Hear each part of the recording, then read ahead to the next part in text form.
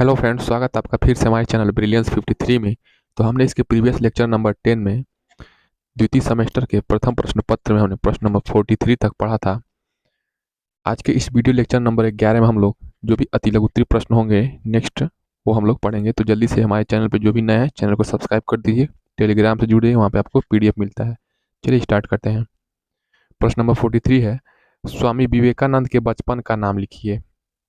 Sorry, हमने ये प्रश्न पढ़ लिया था इसके प्रीवियस लेक्चर में, 45 तक पढ़ा था। जनसंख्या शिक्षा के मुख्य लक्ष्य बताइए। ठीक है, 46 से पढ़ना है। जो भी प्रथम सेमेस्टर वाले प्रशिक्षु हैं उनका भी हमने पूरा वीडियो अपलोड कर दिया है, जाके हमारे चैनल पे आप लोग देख सकते हैं। प्लेलिस्ट बना दिया है पूरे प्रथम सेमेस्टर का, और द्वितीय सेमेस्टर वाले भी देखते रहेंगे। और इस क्लास को शेयर कर दें अपने प्रशिक्षुओं क्लासमेट्स के साथ। प्रश्न नंबर 46 है, पर्यावरण प्रदूषण का अर्थ बताइए। वह प्रक्रिया जिसके कारण हमारा भोजन, हवा एवं जल गंदा या दूषित हो जाए तथा हमारे स्वास्थ्य के लिए खतरा पैदा कर दे, वातावरणीय अथवा पर्यावरणीय प्रदूषण कहलाते हैं। पर्यावरण प्रदूषण क्या कहते हैं? हम जहाँ पे रहते हैं, हमारी पृथ्वी, वहाँ पे जो भोजन है, हवा है, जल है, उसको क्या गंदा और दूषित हो जाता है, जो हमारे स्वास्थ्य को क्या करता है, हानिकारक होता है। बहुत सारी विभिन्न बीमारियां होती हैं। तो उसी को हम लोग, अगर वो सारी चीज़ें पर्यावरण में हानिकारक चीज़ें आ गई हैं, अवांछनीय चीज़ें, तो वो वातावरणीय या पर्यावरणीय प्रदूषण कहलाती हैं। ये बहुत इजी प्रश्न है, ये तो आप लोग बना के लिख सकते हैं क्योंकि ये आपका 2 नंबर का प्रश्न है। इसके प्रीवियस जो भी 10 लेक्चर हैं द्वितीय सेमेस्टर के, जो वर्तमान भारतीय प्रारंभिक शिक्षा प्रथम प्रश्न पत्र है, उसका लिंक इस वीडियो के डिस्क्रिप्शन बॉक्स में है। प्रश्न नंबर 47, मल्टीमीडिया क्या है?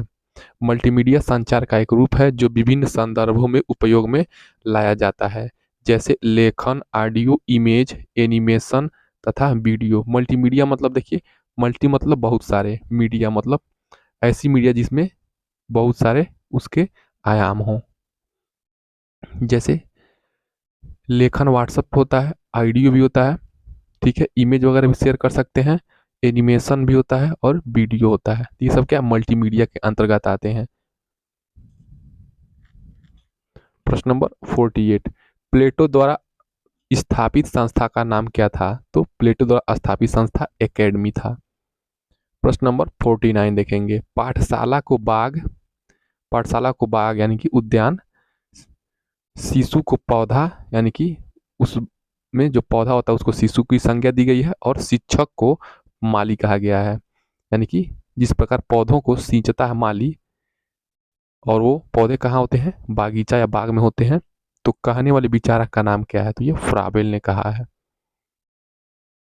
प्रश्न नंबर 50 देखिए, प्रयोजनवाद किसमें आस्था नहीं रखता? तो प्रयोजनवाद ईश्वरीय सत्ता में आस्था नहीं रखता, यानी कि ये नास्तिक होते हैं।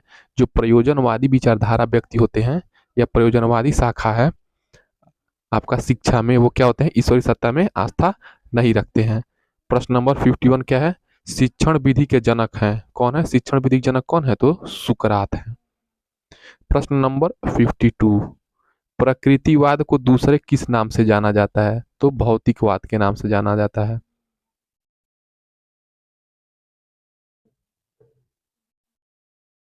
नेक्स्ट प्रश्न, फ्राबेल ने किंडरगार्टन पद्धति कब प्रारंभ किया? तो 1839 ईस्वी में। प्रश्न नंबर 54, समाज के प्रमुख कार्य लिखिए। तो समाज के प्रमुख कार्य, बहुत सारे कार्य हो सकते हैं, आप लोग बना के लिख सकते हैं। समाज बालकों के लिए शिक्षा संस्थानों की स्थापना करता है, उन संस्थानों को चलाने के लिए उनकी वित्तीय सहायता करता है। क्योंकि शिक्षा का पेपर है तो समाज के कार्य शिक्षा से रिलेटेड लिखेंगे। प्रश्न नंबर 55, मूल्य का अर्थ लिखिए एवं किसी विद्वान की परिभाषा दीजिए 2022 में। मूल्य, मूल्य क्या है? मूल्य शब्द का शब्दकोशी अर्थ है व्यक्ति या किसी वस्तु का ऐसा गुण जिसके कारण वह महत्वपूर्ण, सम्माननीय तथा उपयोगी सिद्ध हो जाए। तो मूल्य शब्द का शब्दकोशी यानी कि उसके शब्द का अर्थ क्या है? व्यक्ति या किसी वस्तु का ऐसा गुण जिसके कारण वह महत्वपूर्ण, सम्माननीय या उपयोगी सिद्ध हो जाए। ये क्या होते हैं? व्यक्ति के मूल्य होते हैं। प्रश्न नंबर 56, बाल अपराध के प्रमुख बिंदु कितने प्रकार के होते हैं? गरीबी, भूखमरी, अशिक्षा, उचित वातावरण का न मिलना, जागरूकता आदि। ये सब क्या है? बाल अपराध के प्रमुख बिंदु होते हैं। प्रश्न नंबर 57 देखिए, कलकत्ता मदरसा किस सन में खुला? तो सन 1781 में प्रथम गवर्नर जनरल वारेन हेस्टिंग्स द्वारा कलकत्ता मदरसा खोला गया। ठीक है।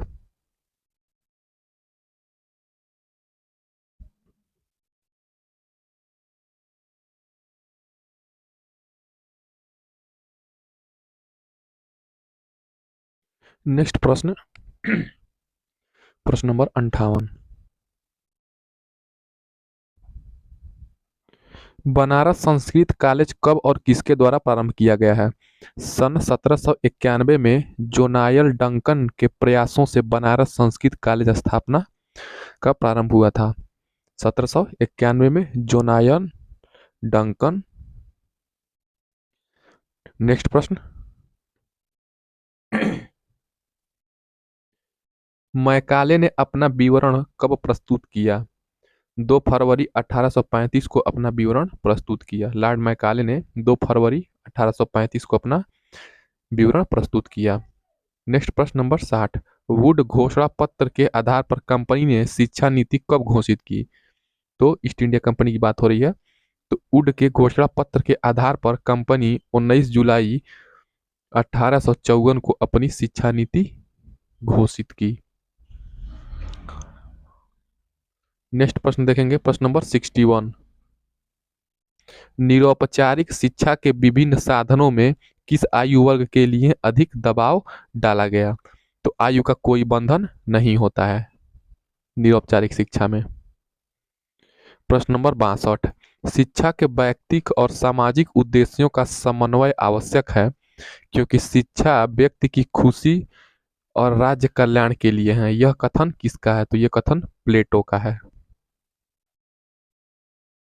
प्रश्न नंबर 63, प्रश्न नंबर 63 क्या है? प्राथमिक शिक्षा कब प्रारंभ होती है? तो 6 वर्ष से 12 वर्ष तक क्या होती है? प्राथमिक शिक्षा होती है। ये तो सबको पता है, ये प्रथम सेमेस्टर में भी था।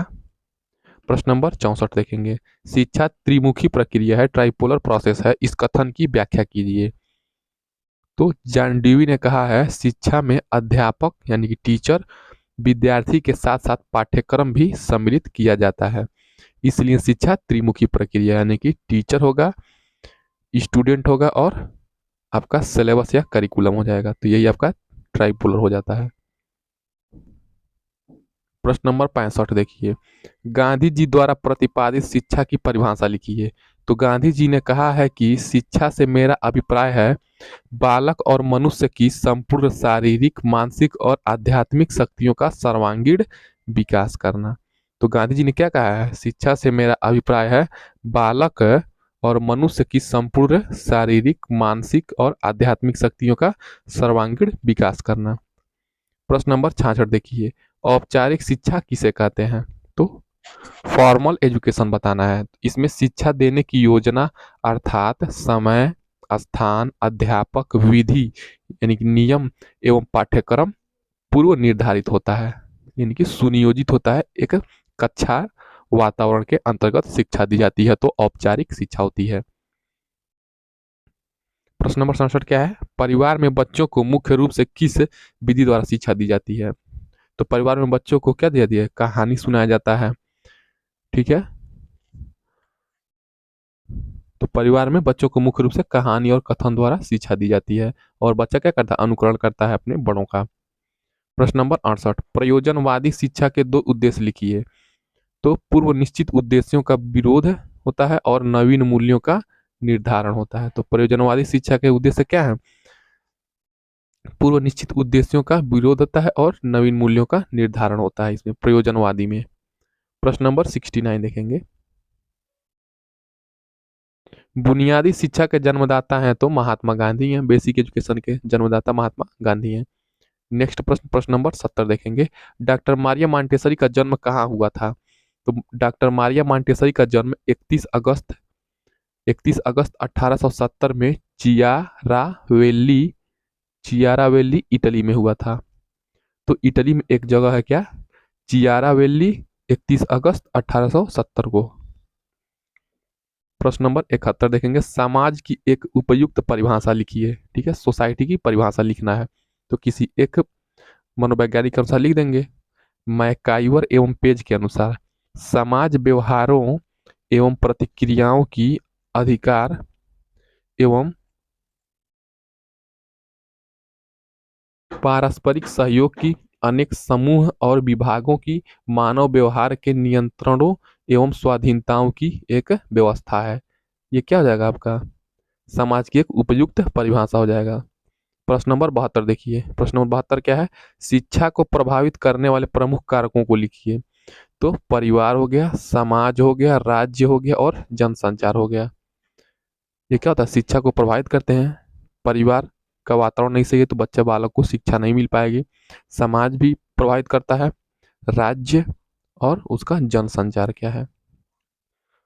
प्रश्न नंबर 73, शिक्षा के सार्वभौमिकरण से क्या आशय है। ये प्रश्न 2022 में पूछा है, ये प्रश्न इंपॉर्टेंट है। तो शिक्षा के सार्वभौमिकरण से आशय विभेद रहित शिक्षा से है, यानी कि धर्म, जाति, लिंग, वंश के आधार पे भेदभाव नहीं करना है शिक्षा में। ये आपका विभेद रहित शिक्षा से है। संविधान की धारा 29 का आर्टिकल नंबर 2 में देश के सार्वभौमिक शिक्षा की व्यवस्था की गई है। तो आपको पता है मौलिक अधिकार जो भाग 3 होता है आपका संविधान में 12 से 35 के बीच में, आपका 29 29 का भाग 29 का आर्टिकल 29 का सेकंड में देश के सार्वभौमिक शिक्षा की व्यवस्था की गई है। प्रश्न नंबर 74 देखिए, बाल श्रम से क्या अभिप्राय है। तो जो श्रम 14 वर्ष से कम बालकों द्वारा किया जाता है वह बाल श्रम कहलाता है। ठीक है, 14 वर्ष से कम बच्चों को आप मजदूरी नहीं करा सकते, यही आपका बाल श्रम हो जाएगा। प्रश्न नंबर 75 देखेंगे, वायु प्रदूषण के मूल रूप से कितने स्रोत माने जाते हैं। तो एक प्राकृतिक स्रोत हो जाएगा वायु प्रदूषण का, जिसे रेगिस्तान में धूल धक्कड़ हवा चलता है तो रेते उड़ते हैं, तो वो हो गया वायु प्रदूषण। और एक मानवीय स्रोत हो गया, कारखानों से निकलने वाले अवांछनीय तत्व हो जाएंगे, गैस हो जाएंगे, ये सब क्या जाएंगे, मानवीय स्रोत हो जाएंगे। और प्राकृतिक स्रोत भी समझ ही रहे हैं। तो आपके वायु प्रदूषण के मुख्यतः 2 स्रोत होते हैं, एक प्राकृतिक स्रोत और एक मानवीय स्रोत। नेक्स्ट प्रश्न, प्रश्न नंबर 76 क्या है, जल संरक्षण से क्या अभिप्राय है। तो जल संरक्षण से तात्पर्य जल के संसाधनों पर नियंत्रण रखना तथा उनका विकास करना है। यह संरक्षण सतही तथा भूमि के अंदर के दोनों ही प्रकार के जल का करना होता है तथा जल के प्रदूषण पर भी नियंत्रण रखना होता है। ये सब क्या जाएगा, जल संरक्षण हो जाएगा। नेक्स्ट प्रश्न, प्रश्न नंबर 77, प्राचीन काल में 2 वेद के ज्ञाता को क्या कहते थे। तो प्राचीन काल में 2 वेद के ज्ञाता को वसु कहते थे, तो याद रखेंगे वसु। प्रश्न नंबर 78, प्राचीन काल में 3 वेद के ज्ञाता को क्या कहते थे। तो प्राचीन काल में 3 वेद के ज्ञाता को रुद्र कहते हैं। 2 वेद के ज्ञाता को वसु और 3 वेद के ज्ञाता को हम लोग क्या कहते थे प्राचीन काल में, रुद्र। तो याद रखेंगे वसु और रुद्र। प्रश्न नंबर 79, प्राचीन काल में चारों वेद के ज्ञाता को क्या कहा जाता था। तो प्राचीन काल में चारों वेद के ज्ञाता को आदित्य कहा जाता था। देखिए यहां से प्रश्न क्या हो गया, 2 वेद के ज्ञाता को वसु कहा जाता था प्राचीन काल में, 3 वेद के ज्ञाता को रुद्र कहा जाता था और 4 वेद के ज्ञाता को चतुर्वेदी नहीं कहा जाता था, क्या कहा जाता था, आदित्य कहा जाता था। नेक्स्ट प्रश्न, प्रश्न नंबर 80 क्या है, देखेंगे प्रश्न नंबर 80, वैदिक शिक्षा में 5 वर्ष की अवस्था पूर्ण करने के बाद जब गुरुकुल में प्रवेश लेता था तब कौन सा संस्कार किया जाता था। तो वैदिक काल में 5 वर्ष पूर्ण करने के बाद गुरुकुल में प्रवेश के समय चूड़ा कर्म संस्कार किया जाता था।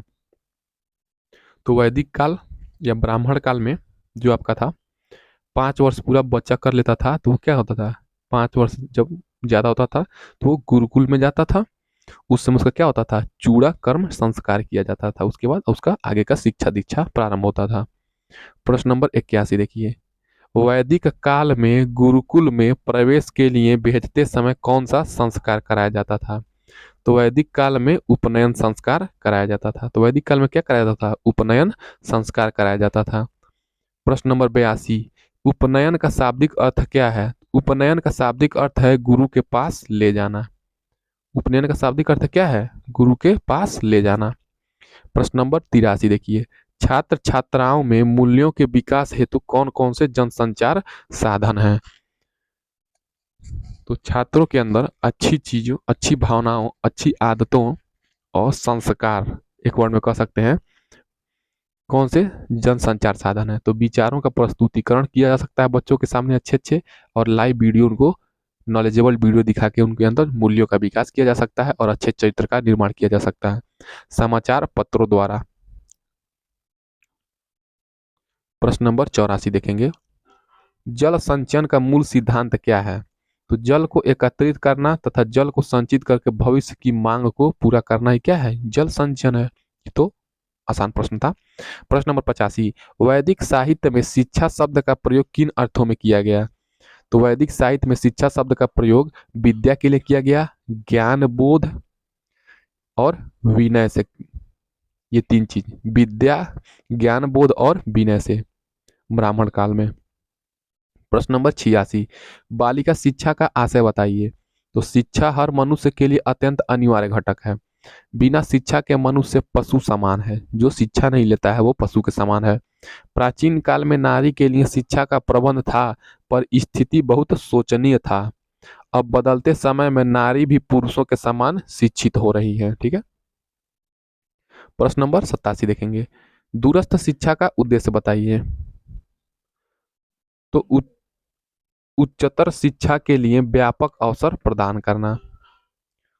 ठीक है, हायर एजुकेशन जो होता है उसमें आपको दूरस्थ शिक्षा के माध्यम से शिक्षा ली जाती है। शिक्षित व्यक्तियों को उनके वर्तमान रोजगार में बाधा उत्पन्न किए बिना ज्ञान विकास हेतु अवसर प्रदान करना, ये क्या होगा? दूरस्थ शिक्षा का उद्देश्य हो गया। प्रश्न नंबर 88, विद्यालय तथा समुदाय के घनिष्ठ संबंध पर कोई परिभाषा लिखिए। तो विद्यालय समाज के चरित्र का सुधार करने का साधन है। विद्यालय क्या है? समाज के चरित्र का सुधार करने का साधन है। वह सुधार सामाजिक उन्नति की दिशा में है या नहीं, यह विद्यालय के संचालकों के विचारों एवं आदर्शों पर निर्भर रहता है।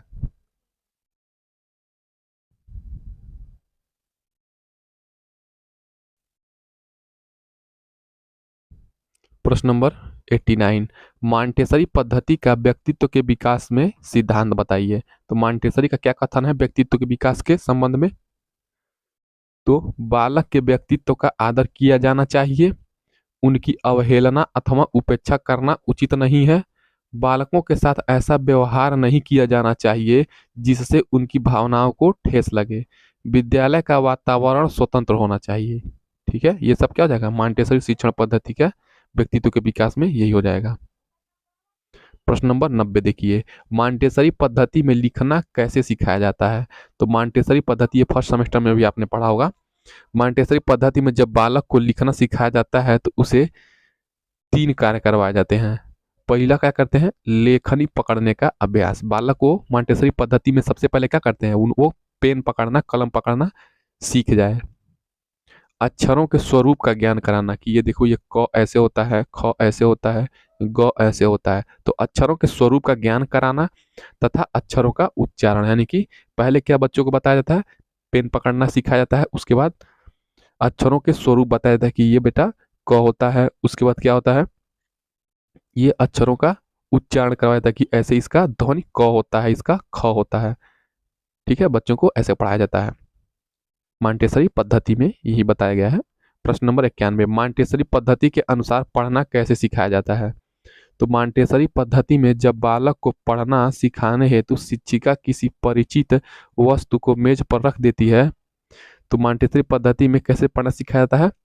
तो बालक को पढ़ना सिखाने हेतु शिक्षिका क्या करती है? किसी परिचित वस्तु को, मान लीजिए पुस्तक हो गया, कलम हो गया, डस्टर हो गया, कुछ भी हो गया, मेज पर रख देती है और श्यामपट्ट पर उसका नाम लिख देती है। फिर बालक को उस शब्द को बार बार पढ़ाया जाता है। मान लीजिए एक टेबल पे गेंद रखा है, गेंद रख के बालक को गेंद दिखा दिया जाता है और ब्लैक बोर्ड पर वो क्या करता है? ऐसे मान लीजिए गेंद लिख दी शिक्षिका ने, और बच्चे से बार बार ये गेंद बुलवाया जाता है। शब्दों शब्दों का पढ़ना आ जाने के बाद बालक को वाक्य पढ़ना सिखाया जाता है। बालक जब शब्द पढ़ना स्टार्ट कर देता है उसके बाद हम लोग वाक्य बालक को सिखाते हैं मॉन्टेसरी पद्धति में।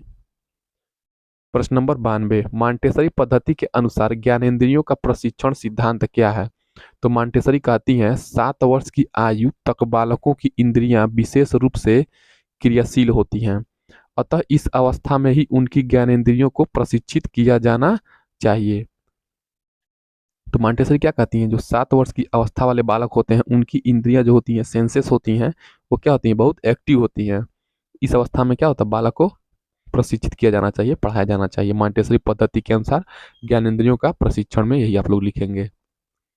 प्रश्न नंबर 93, गीजू भाई के शिक्षक के संबंध में क्या विचार है? तो गीजू भाई का शिक्षक के संबंध में मत था कि शिक्षक ही बालकों का मार्गदर्शक है और उसका प्रशिक्षित होना अनिवार्य है। तो गीजू भाई का शिक्षक के संबंध में क्या मत है? तो शिक्षक ही बालकों का क्या करते हैं, मार्गदर्शन होते हैं और उसका प्रशिक्षित होना अनिवार्य है, यानी कि टीचर को क्या होना चाहिए, ट्रेंड होना चाहिए।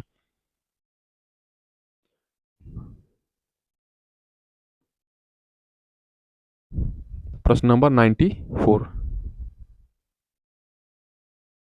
गांधी जी द्वारा प्रस्तावित बेसिक शिक्षा का दूसरा नाम क्या है? तो बुनियादी शिक्षा। प्लेटो ने शिक्षा के संबंध में क्या लिखा है? तो शिक्षा प्रथम एवं श्रेष्ठतम वस्तु है।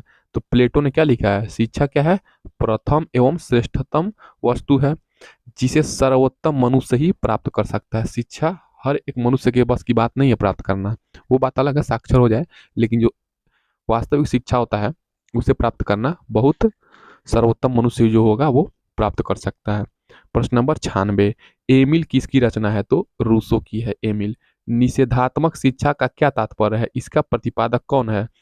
तो रूसो प्रकृतिवादी विचारक था। रूसो क्या था, प्रकृतिवादी विचारी था, विचारधारक वाले थे, नेचुरलिस्टिक थे और उसकी शिक्षा निषेधात्मक थी। वह 12 वर्ष की आयु तक बालक की औपचारिक शिक्षा देने के पक्ष में नहीं था।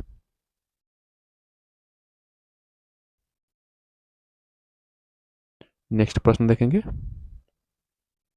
प्रश्न नंबर 98, रूसो ने अनुशासन के किन दो सिद्धांतों का प्रतिपादन किया? तो रूसो ने अनुशासन के दो सिद्धांतों का प्रतिपादन किया। पहला क्या था, स्वतंत्रता का सिद्धांत। तो रूसो रूसो ने अनुशासन के किन दो सिद्धांतों का प्रतिपादन किया? तो पहला क्या था, स्वतंत्रता का सिद्धांत। दूसरा क्या था, प्रकृति परिणाम द्वारा अनुशासन का सिद्धांत। पहला क्या हो जाएगा, स्वतंत्रता का सिद्धांत। दूसरा क्या हो जाएगा, प्रकृति परिणाम द्वारा अनुशासन का सिद्धांत। प्रश्न नंबर 99, प्राकृतिक परिणाम द्वारा अनुशासित होने से क्या तात्पर्य है? तो जो रूसो का डिसिप्लिन या अनुशासन के बारे में जो दो सिद्धांत में से दूसरा सिद्धांत के बारे में पूछ रहा है कि प्रकृति परिणाम द्वारा अनुशासन के सिद्धांत का क्या मतलब है, बताइए। तो प्राकृतिक परिणाम द्वारा अनुशासित होने से आशा है कि प्रकृति हमें अच्छे कार्यों हेतु पुरस्कृत तथा बुरे कार्यों के लिए दंडित करती है। यानी कि आप अच्छा कर्म करेंगे तो प्रकृति क्या करेगी, आपको पुरस्कृत करेगी, और बुरे कार्य करेंगे तो उसके लिए भी आपको प्रकृति दंडित करेगी। यही क्या जाएगा, रूसो के अनुशासन के बारे में बताया गया कि आप स्वतंत्रता का सिद्धांत होता है एक, और एक प्रकृति परिणाम द्वारा अनुशासन का सिद्धांत, यानी कि आप जैसा कर्म करेंगे वैसा आपको प्रकृति उपहार देगी। प्रश्न नंबर 100, डीवी के अनुसार शिक्षक क्या है? तो जॉन डीवी के अनुसार एक शिक्षक बच्चे की एक सामाजिक मनोवैज्ञानिक आवश्यकता है। यानी कि बच्चा के अंदर आप ज्ञान भर सकते हैं, लेकिन उसके मनोवैज्ञानिक, उसके साइकोलॉजी के हिसाब से उसे समझना और उसे उस प्रकार की शिक्षा देना, ये एक शिक्षक का कार्य होता है।